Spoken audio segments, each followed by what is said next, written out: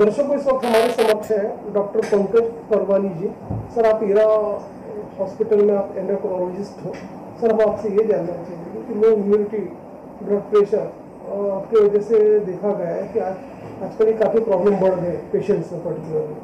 तो आपका इस संदर्भ में क्या एनालिसिस है, उस संदर्भ में आप बताइए। देखिए, आज की जो भागदौड़ वाली जीवन शैली है, लोग अपनी हेल्थ पे बिल्कुल भी ध्यान नहीं रख रहे हैं। हर चीज़ का इलाज दवाइयों में ढूंढ रहे हैं। तो लोगों को ये समझना है कि अपने काम के साथ हेल्थ पे भी उतना ध्यान देना है। एक्सरसाइज से लेके, खान पान से लेके, हम आज फंक्शंस में जाते हैं, बाज़ार में जाते हैं, जो सामने मिल जाता है हम घर लेके आते हैं, खाते हैं, मिठाइयाँ खाते हैं, तेल से बनी हुई चीज़ें खाते हैं। और भाग दौड़ बिल्कुल भी नहीं है। पहले के ज़माने के लोग खाते भी थे पर उतना भागते भी थे, दौड़ते भी थे। अभी हम लोगों का जीवन शैली इतना अनहेल्दी है कि हम लोग सुबह उठ रहे हैं और दिन भर भाग दौड़ और खान पान पे बिल्कुल ध्यान नहीं है। तो अगर अपनी जीवन शैली को इम्प्रूव किया जाए, खाने पीने से लेके, मतलब कुछ भी सामने आ रहा है तो हमको सोच समझ के खाना चाहिए कि हम ये क्यों खा रहे हैं, ये हेल्दी है कि नहीं। तो ये कॉमन हैबिट बनाना है। इन सब चीज़ों से बहुत सारी दिक्कतों का आसानी से इलाज किया जा सकता है। बहुत बार तो दवाइयाँ भी खाने की ज़रूरत नहीं पड़ती है। मगर लाइफस्टाइल इम्प्रूवमेंट के साथ डॉक्टर्स के पास रेगुलर चेकअप करने से, बीपी कंट्रोल और मधुमेह को कंट्रोल करने से लकवा आना, किडनी खराब होना और हार्ट अटैक आना, इन सब चीज़ों को बहुत आसानी से रोका जा सकता है। देखिए, जो अनकंट्रोल्ड शुगर और कोलेस्ट्रॉल की दिक्कत है, तो अनकंट्रोल्ड शुगर वो तब तक रहती है जब तक आप डॉक्टर्स के साथ कंसल्ट नहीं करते हो। लोगों का एक विश्वास है कि हम गोलियां नहीं लेंगे तो भी हम ठीक हो जाएंगे। तो ये एक सोसाइटी में एक गलत मैसेज पहुंचा हुआ है कि शुगर चेक करने से लोग डरते हैं, शुगर बढ़ गया है तो कंट्रोल नहीं करते। अपनी लाइफस्टाइल इंप्रूव करके, लाइफस्टाइल मतलब एक 30 to 45 मिनट्स डेली वॉक करना और रेगुलर फूड इनटेक पे बिल्कुल कंट्रोल करके खाना होता है। कहीं पे भी कुछ भी मिल जाता है और लोग खा लेते हैं। हर चीज़ का शुगर पे इफेक्ट होता है। सही मात्रा में दवाइयाँ, एक्सरसाइज करना और खान पान पे कंट्रोल करने से हम डायबिटीज़ यानी कि मधुमेह की हर दिक्कत को आसानी से रोक सकते हैं। और आने वाली जो दिक्कत है डायबिटीज़ के अनकंट्रोल रहने की वजह से, लाइक हार्ट अटैक आ जाना, लोग बोलते हैं कि सडनली हार्ट अटैक आया, उसके पीछे का कारण ये रहता है कि लोग हर 3 महीने 6 महीने में डॉक्टर से मिलते ही नहीं है। उनका कोलेस्ट्रॉल पे कंट्रोल कितना है, बीपी पे कितना कंट्रोल है, शुगर पे कितना कंट्रोल है, और खान पान में कई बार हम लोग गड़बड़ कर लेते हैं। फिर एक डॉक्टर के विजिट के बाद एक हमको इंकरेजमेंट मिलता है कि ये नहीं खाना चाहिए। तो रेगुलर विजिट करने से हम काफ़ी कॉम्प्लिकेशंस रोक सकते हैं, डायबिटीज़, ब्लड प्रेशर और कोलेस्ट्रॉल को कंट्रोल करके। इस दिक्कत को हम सामने, अगर ये स्टाइल ऐसी रहती गई लोगों की, तो हमारे देश में यंग डायबिटीज़ के पेशेंट वैसे भी बहुत मात्रा में भी बढ़ते जा रहे हैं। तो हमें स्कूल लेवल से ही, जो हम लोग जब पढ़ते थे तब एक्सरसाइजेस करवाई जाती थी, भागदौड़ होती थी, वो सब एक रेगुलर स्कूल विजिट्स दे के इनकरेज करवाना, एक्सरसाइज करना। और यंगस्टर्स को ये एक मैसेज रहना चाहिए कि जहाँ पे भी टाइम मिले वो पैदल जाए, लिफ्ट का यूज़ ना करे, सीढ़ियाँ हैं तो सीढ़ियाँ यूज़ करे, मॉल में लिफ्ट ना यूज़ करते हुए सीढ़ियों से जाए। और हर जगह पे खाने पीने के टाइम में जैसे वो भागदौड़ कर रहे हैं तो एक टिफ़िन में हेल्दी घर से ही लेके निकले, ताकि वो एक हैबिट बन जाए। कोई भी चीज़ हैबिट बनने के लिए टाइम लगता है। हम लोग अभी एक साइकिल को रिपीट ही नहीं कर रहे कि एक 6 हफ्ता 8 हफ्ता एक रेगुलर हेल्दी चीज़ें खाए। अगर एटलीस्ट वो 1.5 से 2 महीना हमने एक रेगुलर में वो चीज़ कर लिया तो एक आदत बन जाएगी। तो घर से सलाद लेके जाए, उबली हुई चीज़ें वो एक टिफ़िन में लेके जाए, ताकि उनको भूख लगे तो वो सब ना खाए। तो इससे काफ़ी मात्रा में हम फ्यूचर में आने वाले डायबिटीज़ के पेशेंट को रोक सकते हैं। और बहुत सारा एक हेल्थ सिस्टम पे जो बर्डन आ रहा है इंडियन हेल्थ सिस्टम में, वो रोका जा सकता है। तो देखिए, ये जो मोटापे के हम लोग अभी पेशेंट्स इतने देख रहे हैं, यंगस्टर लाइक 20 की उम्र में, 30 की उम्र में, उसका कारण ये है कि एक्टिविटी कम है और खान पान बहुत ज़्यादा है। तो बॉडी में एनर्जी इनटेक और आउटपुट, ये दोनों का एक बैलेंस रहना चाहिए। अभी हो क्या रहा है कि खाना आ बहुत रहा है अंदर, पर उतना आउटपुट नहीं है। तो जो एक्स्ट्रा आ रहा है वो जमा होते जा रहा है और वो चर्बी के फॉर्म में कन्वर्ट होते जाता है, जिसको हम साइंटिफिक भाषा में ट्राइग्लिसराइड्स बोलते हैं। वो जो एडिपोसाइट्स, जो फैट टिश्यूज़ है, उसके अंदर जमा होते जा रहा है। तो एक तो खान पान पे जब भी हम खाने के लिए बैठते हैं, यंगस्टर्स को एक मैसेज जाना चाहिए कि खाने के लिए फैमिली के साथ में बैठ के खाना चाहिए और तोल मोल के खाना चाहिए।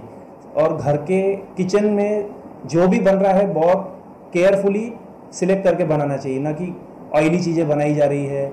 सब्जियों को, जो एक कच्ची सब्जियां होती है या उबली हुई चीज़ें, उनको ज़्यादा सेवन करना चाहिए, ना कि तेल में बनी हुई चीज़ें और जंक फूड्स।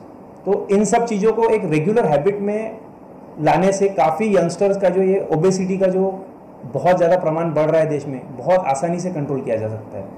बट प्रॉब्लम यह है कि अभी लोगों को मैसेज ही नहीं है।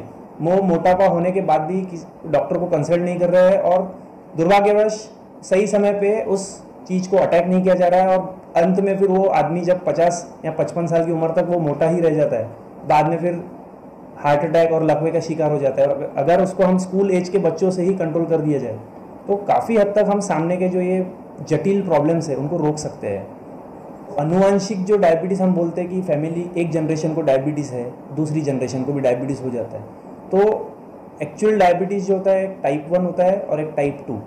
तो टाइप 2 डायबिटीज़ मान लो किसी के माता पिता को है, तो नेक्स्ट जनरेशन को चांसेस रहते हैं सामान्य जनता से कंपेयर किया जाए तो ज़्यादा। लेकिन अगर उस जनरेशन ने अपनी हेल्दी लाइफस्टाइल रखा और खान पान पे कंट्रोल रख के एक्सरसाइजेस किया, तो काफ़ी हद तक वो भी अपने आप को डायबिटीज़ से पीड़ित होने से रोक सकते हैं।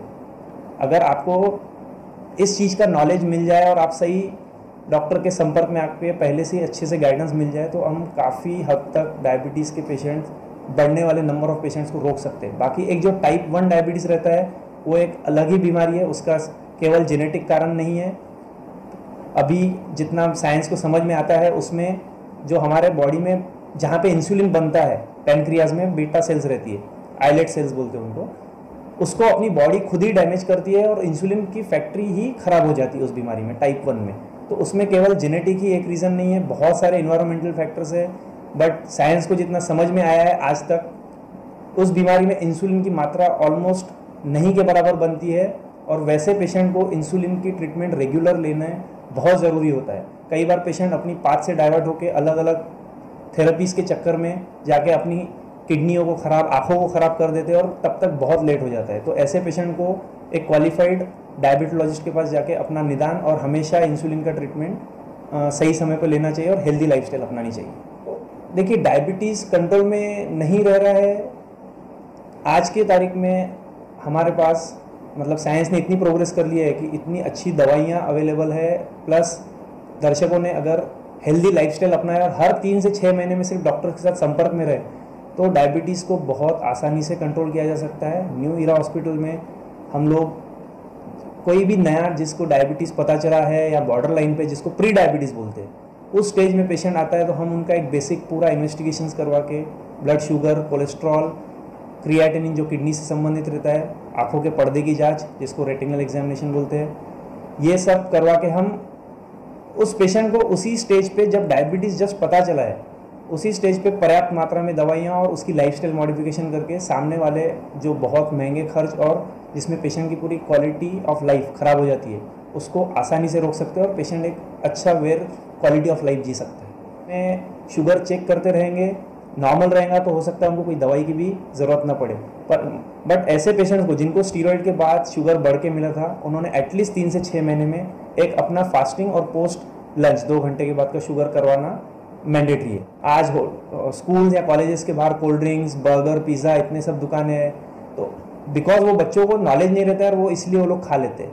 तो अगर घर से ही ये हैबिट बनाई जाए कि ये हेल्दी लेके खाना है स्कूल में या कॉलेज में, और उन लोगों ने कोल्ड ड्रिंक्स और ये जंक फूड्स पे खुद होके कंट्रोल रख दिया, तो मैं समझता हूँ कि काफ़ी डायबिटीज़ के पेशेंट फ्यूचर में, हम जो नए डायबिटीज़ के पेशेंट यंग जनरेशन में आने वाले, हम रोक सकते हैं। तो मैं एक ही मैसेज देना चाहूँगा इन शॉर्ट कि हम जो भी खा रहे हैं उस पर 10 बार सोचना चाहिए कि हम ये क्यों खा रहे हैं, क्योंकि ये एक दिन के खाने से फ़र्क नहीं पड़ता है, बट ये जब आदत बन जाती है और वो चर्बी में कन्वर्ट होते जाता है और बाद में डायबिटीज़